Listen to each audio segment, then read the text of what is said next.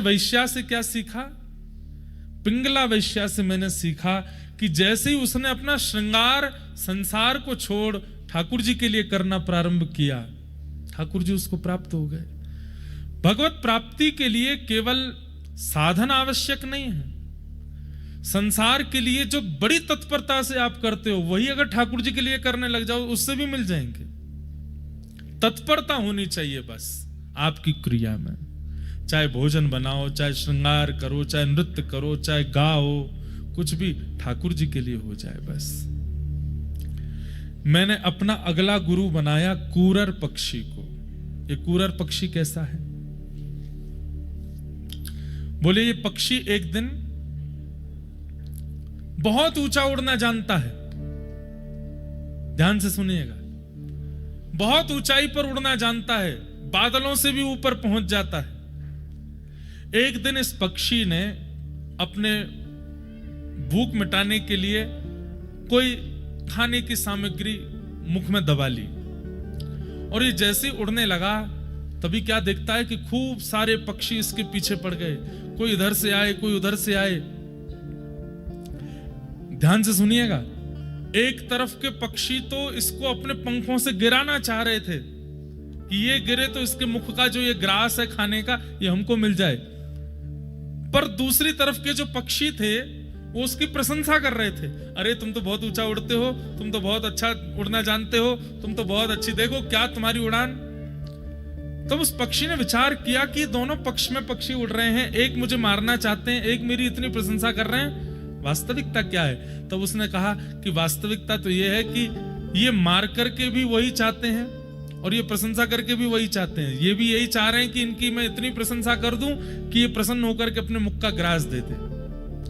जैसे ही उस पक्षी ने अपना मुंह खोल के ग्रास फेंक दिया, निंदा करने वाले भी चले गए, स्तुति करने वाले भी चले, अकेला रह गया, उड़ता रहा आकाश में। तो उस दिन दत्तात्रेय कहते हैं मैंने गुरु बना करके सीखा, बहुत ध्यान से सुनिएगा, आपके जिस गुण के कारण भीड़ आपके पीछे लगी पड़ी है, एक दिन उस गुण का त्याग करके देखो, कोई आपको पूछेगा तक नहीं। कहीं ना कहीं हम वक्ताओं को भी समझने वाली बात है। चैतन्य महाप्रभु, श्रीमन चैतन्य महाप्रभु के केश इतने सुंदर थे कि जब उनका सन्यास नहीं हुआ था उससे पूर्व जब महाप्रभु जी को कोई देख लेता था ना तो उनके रूप पर ही आसक्त हो जाता था।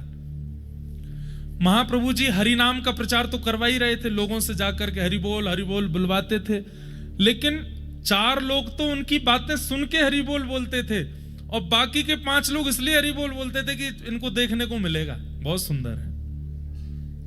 एक दिन महाप्रभु जी बैठे बैठे विचार करते हैं, इतनी भीड़ लग गई, चारों तरफ लोग बैठे, पेड़ों पर चढ़े हैं, नदी के पास बैठे हैं, जंगलों में घुसे हुए हैं और सब महाप्रभु जी को देख रहे हैं अपलक नेत्रों से।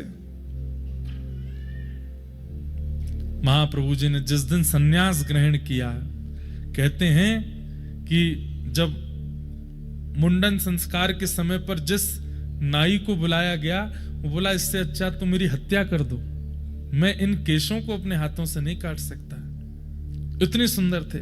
लेकिन जैसे ही महाप्रभु जी ने अपने केश दान किए और वस्त्र आदियों का त्याग करके जैसे ही उन्होंने विरक्त भेष धारण किया,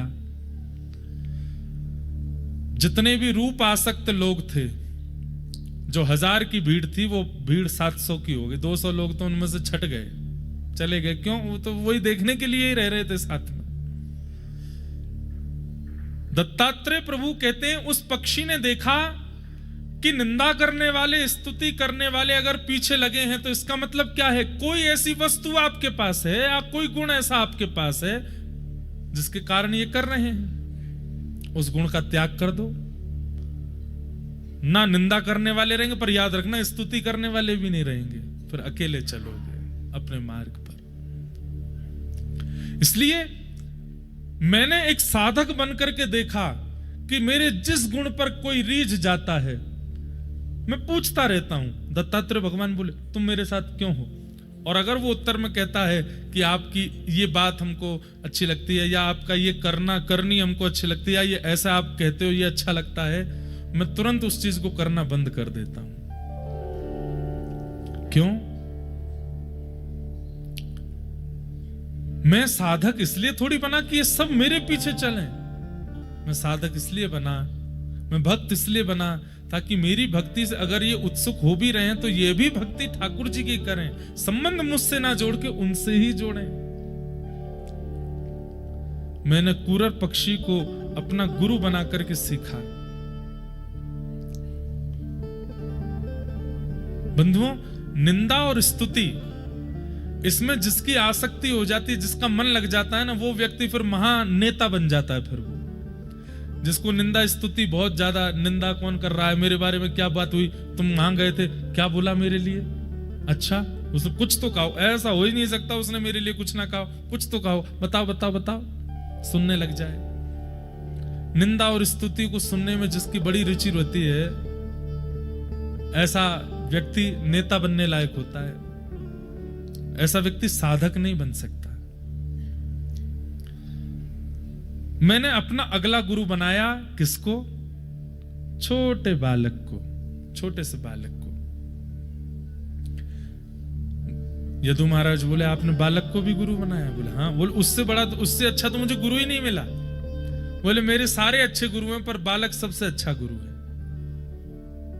बोले आपने बालक को गुरु क्यों बनाया? बोले जितनी कम आयु उतनी कम इच्छा। बालक जितना छोटा होता है उतनी कम इच्छाएं होती हैं उसकी, और बालक जितना बड़ा होता चला जाता है उतनी ही ज्यादा इच्छा होती चली जाती है उसकी। 1 महीना के बालक की क्या इच्छा है बताओ? 2 के अलावा तीसरी इच्छा नहीं बता सकते आप।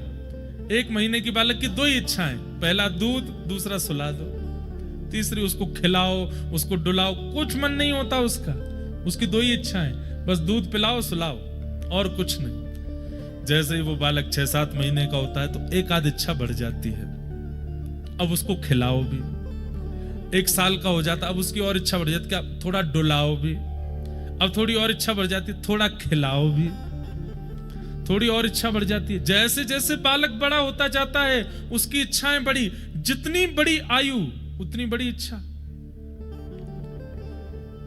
मैंने छोटे बालक से सीखा कि वो कितनी भी घनिष्ठ पीड़ा में क्यों ना चला जाए, उसको प्रसन्न करने के लिए सस्ती से सस्ती वस्तु उसको प्रसन्न कर सकती है। ध्यान दीजिएगा बातों पर।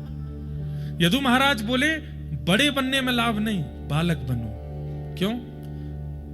बोले बड़ा व्यक्ति गिर जाए, सिर में चोट लग जाए और आप जाकर वो रो रहा है, अरे लग गई लग गई लग गई, बड़ी जोर से लग गई महाराज, आप उसको टॉफी दिखाओ, ले भाई टॉफी ले टॉफी। 22-23 साल के व्यक्ति को टॉफी दिखाओगे तो उसको कहेगा तुम क्या यार निंदा कर रहे हो, हमारी टॉफी दिखा रहे हो। पर छोटे बालक को देखिए, छोटा बालक गिर जाता, कई बार उसका सिर फूल भी जाता है, खूब तेज लगी है, आंखों से आंसू की धार बह रही है, लाल पड़ गया चेहरा रोते रोते, पर एक वस्तु प्रस्तुत करते ही, एक सामान्य सी टॉफी या सामान्य सा मिठाई देते ही, गुड़ देते ही भूल जाता है कहां चोट लगी थी, हंसने लगता है, मुस्कुराने लगता है। बड़े व्यक्ति को पीड़ा में मुस्कुराने में बहुत समय लगता है, लेकिन छोटे बालक को अत्यंत पीड़ा में भी प्रसन्न होने में क्षण भर लगता है। इसलिए मैंने बालक को गुरु बनाया। बालक को गुरु बना करके मैंने सीखा कि बालक का स्वभाव बहुत निश्चल होता है। हमारे पूज्य गुरुदेव भगवान एक कथा सुनाते हैं कि एक बार एक व्यक्ति था, लकड़ी बेचता था, 1 रुपए कमाता था, और उस 1 रुपए का आटा दाल चावल ले आता था, उस समय पे मिल जाता था। इतना ही मिलता था जितना वो, उसकी पत्नी और उसका छोटा बालक पाले। ध्यान से सुनिएगा। एक बार क्या हुआ, अब रोज लकड़ी बेचता, 1 रुपया कमाता और उससे सामग्री खरीद करके बनाता। एक दिन उस व्यक्ति के 5 मित्र घर आ गए। मित्र घर आए तो कुछ तो देना चाहिए। पहले तो खुश हुए, बाद में दुखी हो गया पूरा परिवार। पत्नी से जाकर के कहने लगा, देवी मेरे बचपन के सखा आए हैं। पत्नी बोली अब क्या करें? बोले इनको कुछ तो खिलाना पिलाना पड़ेगा, व्यवस्था करो। तो पत्नी बोली घर में तो कुछ भी नहीं है, आप रोज 1 रुपया कमा के लाते हैं, उससे जो दाल आटा चावल लाते हैं उतना ही हम खाते हैं तीनों, वो पूरा हो जाता है, फिर अगले दिन प्रतीक्षा करते हैं आप लकड़ी बेकोगे तब फिर आएगा। बोले देवी ऐसे अच्छा तो नहीं लगता ना, मेरे मित्र बचपन के बहुत समय बाद आए हैं, कुछ तो करना चाहिए। बोले काम कीजिए, आप आज जिन सेठ जी के आप लकड़ी बेचते हो 1 रुपया आज उनसे उधार मांग लो, 5 रुपए उधार लेकर के बाजार से सामान ले आओ और ला करके घर में हम बना के इनको पवा देंगे। छोटा बालक वहीं खड़ा खड़ा सुन रहा था। पति ने कहा देवी और 5 रुपए का उधार मुझे कोई कैसे देगा, और फिर मैं चुकाऊंगा कैसे? कोई 5 दिन के लिए 5 रुपए का उधार, उस समय बहुत होते थे 5 रुपए, कैसे होगा? तो पत्नी ने धीमे से कहा सुनो, तुम्हारे 5 सखा आए हैं। अब भाई इतनी तो हम इन लोगों में भी हृदय होगा कि जब चाय नाश्ता करके जाएंगे तो छोटे बालक को 1-1 रुपया भी देके जाएंगे तो 5 रुपए आ गए ना, और ज्यादा ही हृदय बड़ा होगा तो 5-5 रुपए के देके जाएंगे और अच्छा हो जाएगा। तो पति बोला देवी तुम बड़ी बढ़िया हो, तुमने तो बड़ा दिमाग लगाया, मैं अभी जाता हूं सेठ जी के पास। सेठ जी 5 रुपया दे दो, उधार दे दो।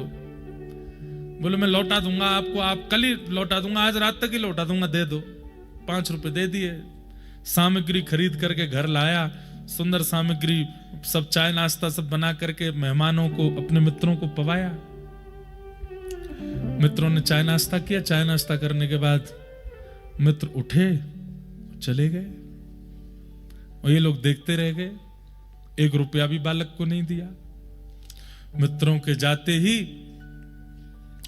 पति कहने लगा देवी तुमने तो दिमाग लगाया लेकिन हुआ कुछ भी नहीं जैसा हमने सोचा, अब क्या करें? बोले अब क्या, सेठ जी से जाके थोड़ी क्षमा याचना कर लेना, 5 दिन लकड़ियां, अब सोचिए घर में भोजन नहीं आएगा 5 दिन तक, 5 दिन जितनी लकड़ियों का जो भी आवेगा वो सब सेठ जी को दे देना, हम लोग 5 दिन का व्रत कर लेंगे और क्या है। इतने में ही वो मेहमान लौट करके आ गए। अरे अरे अरे भैया भूल हो गई, क्या हो गया? क्या? अरे आपके लाला के लिए ना तो मिठाई लाए ना कुछ लेके आए, इसको कुछ दे तो जाएं। पति पत्नी एक दूसरे को देख के प्रसन्न हो गए, बोले कि काम चल गया, बच्चा इधर आओ। बच्चा गया, अब वो उसको देवें, बच्चा कहे नहीं मुझे नहीं चाहिए, अंकल जी मुझे नहीं चाहिए आप ले जाओ, मुझे नहीं चाहिए। वो तो बालक स्वभाव।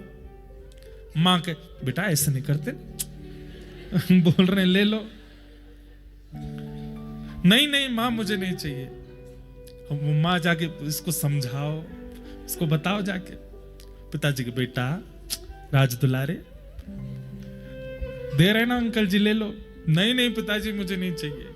नहीं अंकल आप रखो, मुझे नहीं चाहिए, मैं नहीं लूंगा। नहीं ये तो नहीं। जेब बंद कर ली उसने अपनी, भागा वहां से। अब वो पीछे माँ कहे जानता नहीं, ले उनसे। क्यों नहीं ले रहा? माँ कैसे ले लूं? क्यों? आप और पिताजी बात कर रहे थे 5 रुपए दे के जाएंगे, अंकल 2 ही रुपए दे रहे हैं, कैसे ले लूं मैं?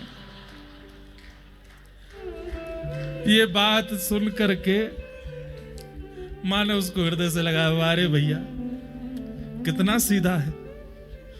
दत्तात्रेय भगवान कहते हैं मैंने बालक को अपना गुरु बनाया। क्यों? बोले बालक इतने सरल होते हैं, इतने सहज होते हैं, उन्हें कुछ पता ही नहीं संसार में,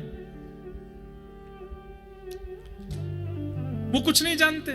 घर में मृत्यु हो जाती है बड़े बुजुर्गों की, कभी छोटे सब रो रहे होते हैं, सबको देख के बालक कहते हैं सब रो क्यों रहे हैं? तो उनको समझा देते हैं दादाजी को ताता हो गई ना, लग गई है। तो बालक जाके दादाजी ताता हो गई, बाई ले लेंगे ठीक हो जाएंगे। कितना सरल होता है। हम लोग इतने सरल नहीं, इतने सहज नहीं। आप आज का संसार इसको गलत समझता है। आज का संसार सोचता है जितने स्मार्ट रहोगे, जितने चतुर बनोगे, जितने चालाक रहोगे, जितनी नॉलेज आपको, जितना संसार के बारे में पता है आपको, उतने बढ़िया आप। पर नहीं, जितने सरल आप हो, जितने सहज आप हो, जितने सीधापन आपके अंदर है, जितनी बालक जैसी स्वभाव आपके अंदर है, ठाकुर जी उतना प्रेम। मैं एक बात कहता हूं, जितने चतुर बनोगे संसार उतना आपसे प्रेम करेगा, और जितने सरल बनोगे ठाकुर जी उतना आपसे प्रेम करेंगे, ठाकुर जी को उतने आप प्रिय हो। कई माता पिता कहते हैं, और आप सबके भी मन में आ रहा होगा, बोले महाराज जी अगर चतुर नहीं बनेंगे तो इस चतुर संसार में रहेंगे कैसे? हमें सब कुछ नहीं पता होगा, सबके बारे में नहीं पता होगा, इस संसार में रहेंगे कैसे? एक हमारे बड़े प्यारे पंडित जी, उनसे हमने पूछा बताओ गंगा जी कहां से निकली? तो बोले गंगा सागर। मैंने गंगा जी गंगा सागर से निकली हैं? तो मैंने फिर जाके मिलती कहां है? बोले गंगोत्री। मैंने ऐसे सीधे ही बने रहो बस। मंदिर के बाहर जय विजय खड़े हैं, हमने पूछा मैंने ये कौन है? बोले लक्ष्मण और भरत हैं। मैंने कहा वाह, ऐसे सीधे बने रहो, पर ब्रह्म बने रहो। सीधी बात। अब क्या करें? अब तो हमको सब पता चल गया, अब हम क्या करें? अब तो हमें सब पता है, दुकानदार से पैसा कम कैसे करवाना है, अब तो हमें पता है कि यहां पे मुनाफा कैसे करना है, यहां चतुराई कैसे करनी है, यहां चालाकी कैसे करनी है, यहां छल कैसे, अब तो हम सब जानते हैं। अब क्या करें? जानते हुए भी अनजाने बनो। अब जानते हुए भी थोड़े अनजान रहो। कोई बात आपको बताई जाए या आपके सामने हो जाए, आपको ऐसा, अच्छा ऐसा भी होता है संसार में, ऐसा भी होता है। ऐसे स्वभाव वाले ठाकुर जी को बहुत प्रिय है, तो बहुत सरल हैं, बहुत सहज है। और एक बात इसका यह भी है कि भाई जो बहुत चतुर है ना, वो अपनी रक्षा सुरक्षा स्वयं कर सकते हैं। ठाकुर जी कहते हैं बहुत चतुर है, बहुत दिमाग वाला है भाई, खुद निकल लेगा बच लेगा। लेकिन जो बहुत सीधे होते हैं ना, लक्ष्मी जी से ठाकुर जी कहते हैं बहुत सरल है, जो फंस जाएगा यहां पे इसको दिक्कत हो जाएगी, कुछ हो ना जाए, इसकी रक्षा तो मुझे करनी पड़ेगी, इसके लिए तो मैं ही जाऊंगा, मैं ही बचाऊंगा। दत्तात्रेय कहते हैं मैंने अपना गुरु बनाया बालक को, और बालक से मैंने सीखा जितनी छोटी अवस्था उतनी सहजता, उतनी सरलता, उतनी निर्मलता। शुद्धोषि मुक्तोषि निरंजनोषि संसार मायाम परिवर्जितोषि। बालक कैसा होता है? वो सीधा नहीं है, वो निर्मल है, पानी की तरह। उसमें कोई मल नहीं है, उसमें कोई छल नहीं है, उसमें कोई दिखावा नहीं है, अत्यंत सहज है, सरल है। और ये ठाकुर जी को बहुत प्रिय है, इसलिए दत्तात्रेय कहते हैं मैंने बालक को गुरु बनाया, बालक को गुरु। एक भजन में बचपन में गाया करता था, कथा में, बचपन में क्या 10 साल ही तो हुए हमको कथा करते, पहले गाता था, नन्हा सा फूल हूं मैं, चरणों की धूल हूं मैं, नन्हा सा फूल हूं मैं, चरणों की।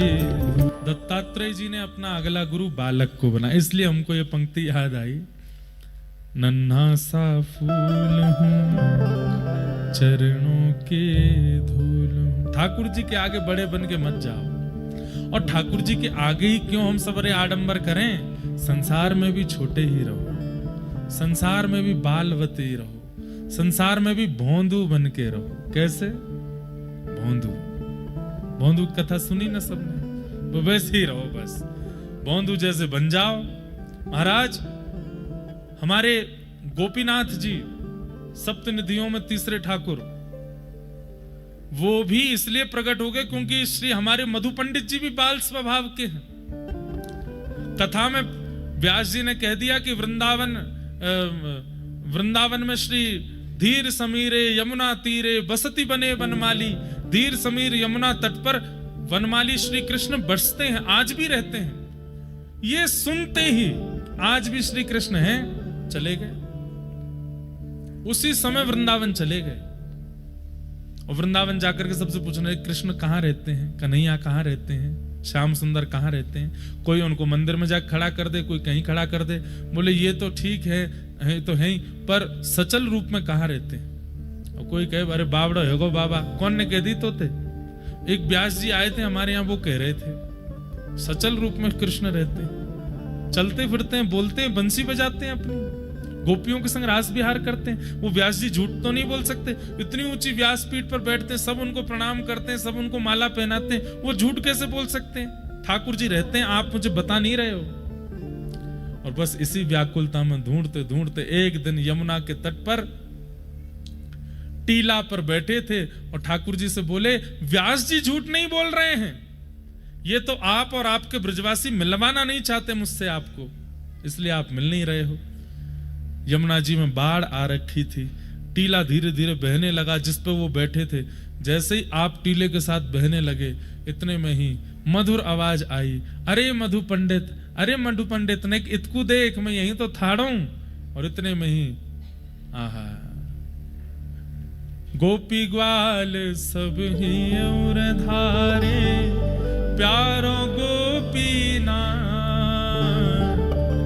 गोपी ग्वाल सब ही और धारे, प्यारो गोपीनाथ।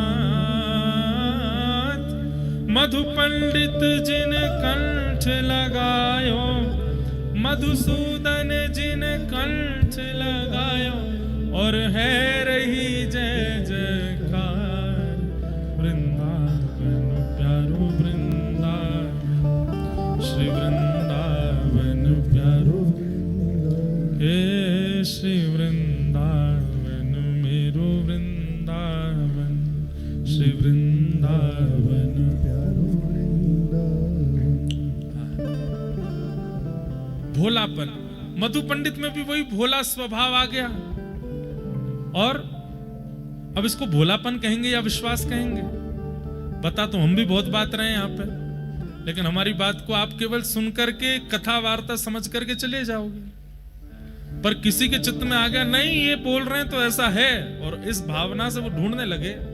अब मेरे बताने के बाद ढूंढने से नहीं मिलेंगे, ये तो अपने आप ही अंदर प्रकट हो जाती बात कि नहीं इन्होंने कह दिया तो मतलब सत्य है, पत्थर की लकीर है। तो महाराज वो अगर बात सत्य नहीं भी होगी तो आपके विश्वास और आपके स्वभाव और आपके भोंदूपने के कारण वो सत्य हो जाएगी। बालक, मैंने अपना गुरु बालक को बनाया।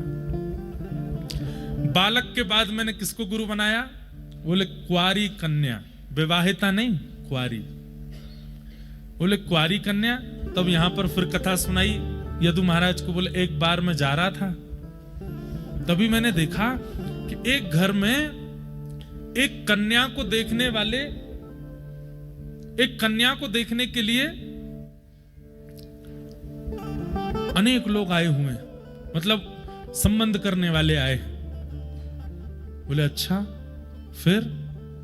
बोले तभी क्या हुआ कि सब संबंध करने वाले आए हुए थे घर में मेहमान, तो दादी ने कहा कि भोजन बनाना है, जल्दी चलो प्रसादी की व्यवस्था करो। तो देखा कि घर में चावल नहीं थे, तो धान जो होता है ना, धान को धन कुटा में वो कन्या ले गई। दत्तात्रेय भगवान देख रहे हैं, और धन कुटा में धान डाल करके हाथ में वो धन कुटा लेकर के अपने हाथ से उसको चलाने लगी। तभी उसके मन में आया, मैंने हाथ में इतनी चूड़ियां पहन रखी हैं, इतनी जोर की आवाज हो रही है, मेरे घर पर लोग आए हैं, वो जब आवाज सुनेंगे तो कहेंगे कि अरे ये कैसा परिवार, इनके यहां तो चावल भी नहीं है, धान कूटना पड़ रहा है इनको। तो उसने क्या किया, धीरे धीरे करके अपनी चूड़ियां उतारनी शुरू की। तो मानो जैसे 10 चूड़ियां पहन रखी थी, 2 चूड़ियां उतार दी, फिर भी करे तो आवाज बंद नहीं हुई। फिर उसने 5 चूड़ियां और उतार दी, फिर भी आवाज बंद नहीं हुई। फिर उसने 3 चूड़ी और उतार दी, फिर भी आवाज बंद नहीं हुई। अंत में मैंने उसकी ओर देखा और उसके मुख पे बड़ी चिंता थी यदु। पता है किस लिए? कि कहीं मेरे पिता को गरीब ना समझें, कहीं मेरा संबंध तोड़ के ना चले जाएं। क्योंकि धन कुटा, किसी के घर में धन कुटा चलना मतलब ये होता था कि भाई इनके यहाँ बताओ बाहर से खरीदने को चावल नहीं है, घर में धन कुटा से कूटना पड़ रहा है। पिता की चिंता के कारण उसने अपनी सारी चूड़ियां उतार दी। अंत में एक चूड़ी रह गई, और एक चूड़ी से जब वो धन कुटा चलाने लगी, आवाज नहीं हुई। मैंने उसको अपना गुरु बना लिया। बोले आपने क्या सीखा वहां पे? बोले मैंने ये सीखा जितनी भीड़ में रहोगे उतना हल्ला रहेगा, अकेले रहो एकांत में रहो, अकेली चूड़ी शोर नहीं करती। मैंने उससे सीखा, अच्छा एक नियम है पता है, सफर सदैव 4 लोगों को करना चाहिए। 4 लोग हों गाड़ी में तब सफर पे जाओ, उससे क्या वो मन लगा रहेगा। एक मजाक कर रहा है, एक लड़ रहा है, एक रूठा बैठा है, और एक अगर बद्रीनाथ आए तो वमन करता आ रहा है चारों में मन लगा रहेगा। तो सफर सदैव 4 लोग तो कम से कम कीजिए, कम से कम, ज्यादा से ज्यादा तो जितने हो सके सफर में थोड़ा लोगों के साथ जाओ। क्यों? क्या पता क्या परिस्थिति बन जाए रास्ते में, कौन किसका सहायक बन जाए। सफर 4 लोगों के साथ करना चाहिए।